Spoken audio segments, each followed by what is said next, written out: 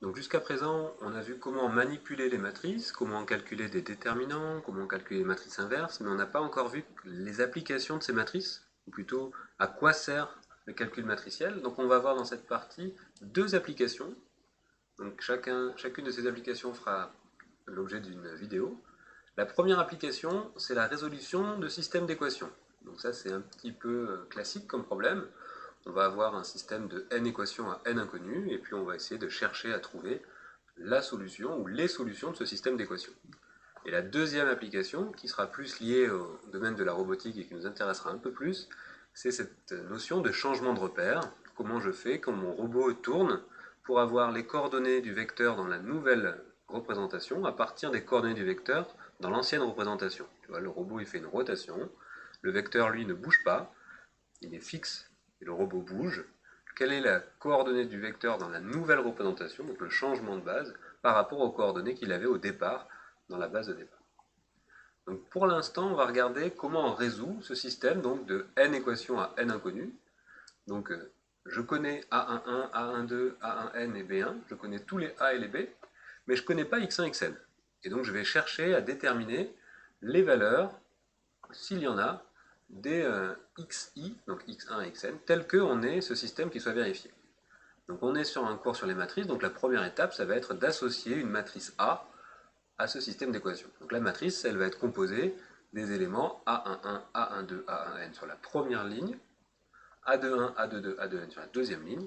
Peut-être qu'il y a des termes qui manquent, donc on remplacera ça par des zéros. Par exemple, si la ligne suivante, il n'y a que xn, donc on mettra 1 sur la ligne suivante, donc que des zéros et un 1 dans la matrice A. Et ensuite, on complète l'intégralité de cette matrice avec les n fois n coefficients. Donc ça, c'est une matrice qui est carrée et qui a tous ses coefficients qui sont notés à i. Si le vecteur inconnu, je l'appelle x, donc il va avoir n coordonnées, donc c'est lui que je vais rechercher, et le vecteur b qui est à droite, b1, bn, je le note b avec une flèche. Donc nous, on doit résoudre ax égale b, c'est-à-dire trouver x tel que la matrice A fois le vecteur x égale b. Parce que la matrice A fois x, ça va bien faire A11 x1 plus A12 x2 plus A1n xn égale b1. D'accord. Réécrire ce système, c'est exactement la même chose que de l'écrire sous cette forme produit matrice vecteur. Donc première étape pour pouvoir résoudre ça, ça va être de calculer le déterminant de la matrice. Donc on sera dans notre cas dans des matrices 3-3, 3 lignes, 3 colonnes. Donc le déterminant, on rappelle la règle de Sarus. Je recopie les deux premières colonnes à côté, et puis je fais la diagonale avec des plus, moins les diagonales dans l'autre sens. Si le déterminant n'est pas nul, alors on sera content, on n'aura qu'une seule solution. S'il est nul, alors on se retrouve dans les cas particuliers où le système admet soit aucune solution, soit une infinité. Cela se produit si toutes les équations ne sont pas indépendantes, c'est-à-dire si au moins le membre de gauche de l'une est une combinaison linéaire des membres de gauche d'au moins deux autres. Par exemple, si la première ligne est égale à la deuxième, eh bien là on n'aura finalement pas n équations à n inconnues, mais n-1 équation à n inconnues. Donc on peut ne pas avoir de solution, ou alors une infinité. Très bien. Donc on verra ces cas-là dans les exercices. Admettons que je sois dans le cas où le déterminant n'est pas nul. Donc si le déterminant n'est pas nul, je le calcule, det de A, non nul, donc je sais calculer l'inverse de A. A-1 existe. Je sais que c'est 1 sur déterminant de A multiplié par la transposée de la comatrice de A qu'on a vu tout à l'heure. Donc je sais faire ce calcul-là. Si elle n'est pas nulle, ce déterminant, s'il n'est pas nul, A-1 existe, donc je peux multiplier par A-1 des deux côtés de mon système qui est AX égale B. AX égale B, en multipliant des deux côtés par A-1, eh bien j'obtiens A-1 AX égale A-1B, A-1A, ça fait I fois X, ça fait X, donc j'aurai X égale A-1B. Donc l'inverse de A, je sais la calculer, c'est une matrice.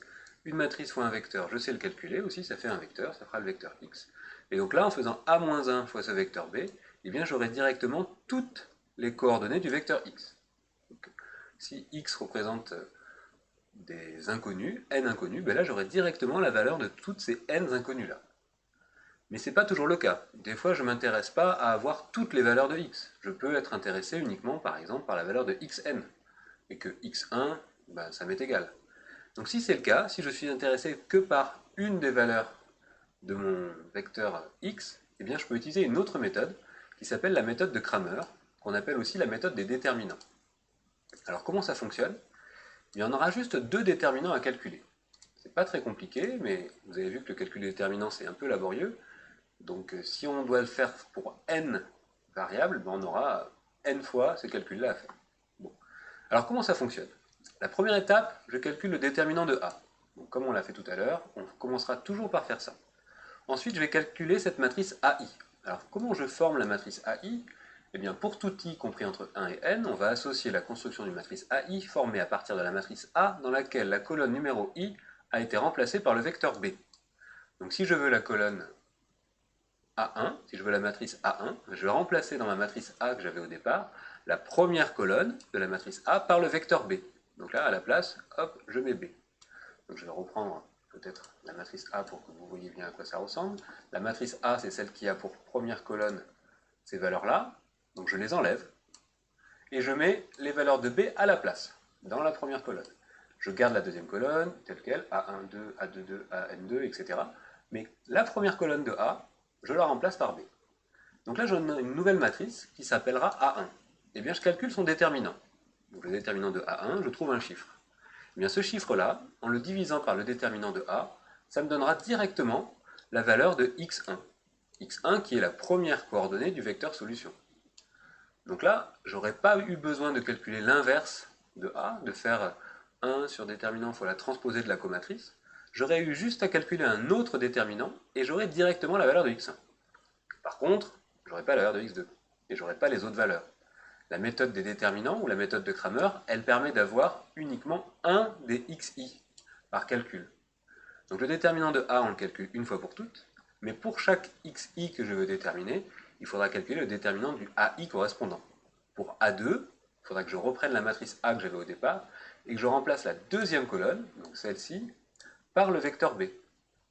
Et je garde la première colonne A11 jusqu'à AN1. D'accord?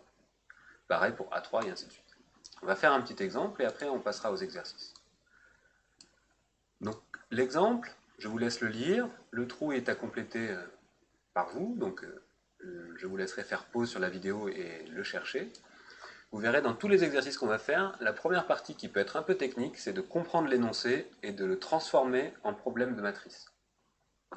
Donc ça, c'est souvent la première étape où vous avez un petit peu de difficulté.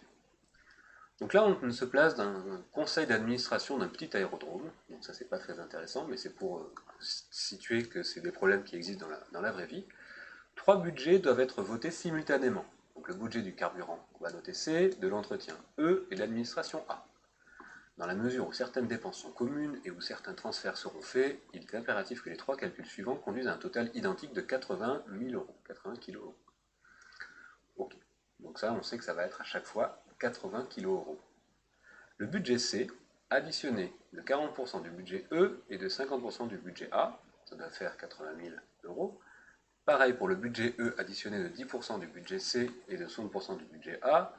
Et enfin, le budget A plus 60% pour 50% du budget C plus 60% du budget E, ça doit aussi faire 80 000 euros. Le but de l'exo, c'est de trouver les montants des 3 budgets CEA. Alors, soit on va répondre, c'est pas possible, les contraintes sont trop fortes, on ne peut pas avoir de solution. Soit on va répondre, il y a plein de façons de répondre de solutions possibles, on peut faire soit cette valeur-là pour C, cette valeur-là pour E, cette valeur-là pour A, ou une autre. Soit on va déterminer une solution unique. Donc dans notre cas, de cet exercice-là, on n'aura qu'une seule solution, il n'y aura qu'une seule valeur possible pour C, E et A qui vérifieront ces contraintes-là. On vous guide puisqu'on vous donne un peu la forme de la matrice que vous devez trouver. Montrer que les conditions imposées reviennent à l'écriture d'un système de 3 équations à 3 inconnus dont la matrice est ce truc-là. Bon, on voit bien que C plus 0,4E plus 0,5A, ça doit être égal à 80 kg euros. Le budget C, donc, on garde le même ordre des lettres. 0,1C plus E plus 0,6A, c'est la deuxième ligne. Et enfin 0,5C plus 0,6E plus 1A, c'est la troisième ligne. Donc on va vous montrer ça dans la correction. Et ensuite on le résolvera, on résoudra ce problème à l'aide de la méthode de Cramer. Donc la première étape, on l'a comprise, c'est la lecture de l'énoncé. Ça nous donne ça à chaque fois en kilo-euros. On aura la valeur de CEA qui doit vérifier ce système de 3 équations à 3 inconnus. Les inconnus ici, c'est C, E et A. On a des 0,1, des 0,4, des 0,6, hein. C'est un peu embêtant à manipuler, alors on peut proposer par exemple de tout multiplier par 10. On ne changera pas du tout notre système. Si je mets 10c plus 4e plus 5a égale 800, ben, je n'ai pas du tout changé cette égalité. Pareil pour les autres lignes. Mais au moins je ne manipule pas de nombres à virgule. Je vais faire la méthode de Cramer en commençant par déterminer C. Donc je vais remplacer la première colonne, donc celle-là je la barre, et je mets les 80 que j'ai multipliés par 10 ici. Donc j'aurai 800, 800, 800, 4, 10, 6, 5, 6, 10. Je calcule ce déterminant-là. Donc là je vais faire pareil, la méthode de Sarus. Donc je recopie les deux colonnes à côté. Donc là je recopie la première, là je recopie la deuxième. Je fais les diagonales avec des plus, et après je fais la même chose avec des moins. Donc là c'est très calculatoire, hein, je vous autorise à la calculatrice parce que c'est des calculs assez lourds. Et on doit trouver 44,8. J'ai dû diviser ce nombre-là par le déterminant de la matrice de départ pour retrouver la valeur de C. D'accord, donc C égale 44,8. Donc là, l'avantage, c'est que j'ai la valeur du budget carburant. L'inconvénient, c'est que j'ai que ça. Je n'ai pas la valeur de E et de A. Si j'avais fait la méthode du calcul inverse de matrice, j'aurais eu directement C, E et A. Là, bien, si je veux que C, ben je suis content, je l'ai avec deux calculs de déterminants, mais par contre, ça ne me donne pas les deux autres. Alors là, ce qu'on peut faire, c'est un peu tricher. On peut prendre cette valeur-là et la remettre ici, remplacer C par 44,8 à chaque fois. Donc on aura finalement trois équations, mais avec que deux inconnus. Donc là, on pourra se débrouiller pour le résoudre. Ou alors, je peux, pour illustrer, refaire une deuxième fois la méthode de Cramer pour E. Donc je vais remplacer la deuxième colonne par 80, 80, 80. Donc la colonne qui est à droite. Donc ce truc-là, hop, je le mets là. Donc ici, je garde bien 10, 1, 5. 10, 1, 5. Là, je vais mettre 800, 800, 800. Et là, j'aurai bien 5, 6, 10. Je calcule ce déterminant-là, que je divise par le déterminant que j'ai déjà précalculé au départ. Donc celui-là, je le calcule une fois pour toutes et je vais le mettre à chaque fois ici et là. Ce sera le déterminant du dénominateur, la valeur du dénominateur. Donc ce sera à chaque fois 500. Et en haut, je calcule ce déterminant de cette matrice-là. Donc là, j'aurai 320 sur 5, ça fait 64. Une fois que j'ai C et E, là c'est encore plus simple, je remplace C par sa valeur, E par sa valeur, et là j'aurai directement A. D'accord, en faisant passer 0,5C de ce côté, 0,6E de ce côté, j'aurai A égale 80 moins 0,5C moins 0,6E. Et donc là je vais avoir directement la valeur de E. Pour l'exemple, j'ai illustré en faisant une troisième fois la méthode de Cramer, mais en général on ne fait pas ça trois fois. Une fois qu'on l'a fait une fois, ça suffit pour pouvoir ensuite résoudre le système. Les budgets sont en euros. Là, on les avait en kilo-euros. 44,8 c'était des kilo-euros, donc ça fait 44 800 euros, 64 000 et 19 200. Voilà, autre erreur que vous faites parfois, c'est que vous résolvez le système, mais vous ne concluez pas. Donc la question c'est quels sont les budgets, et vous vous arrêtez à C égale 44,8, etc., sans donner d'unité, donc c'est important de bien répondre à la question qui est posée en précisant les unités. Donc je vous laisse faire quelques exercices. La correction sera toujours en vidéo, et puis ensuite on verra la dernière application qui est le changement de repère.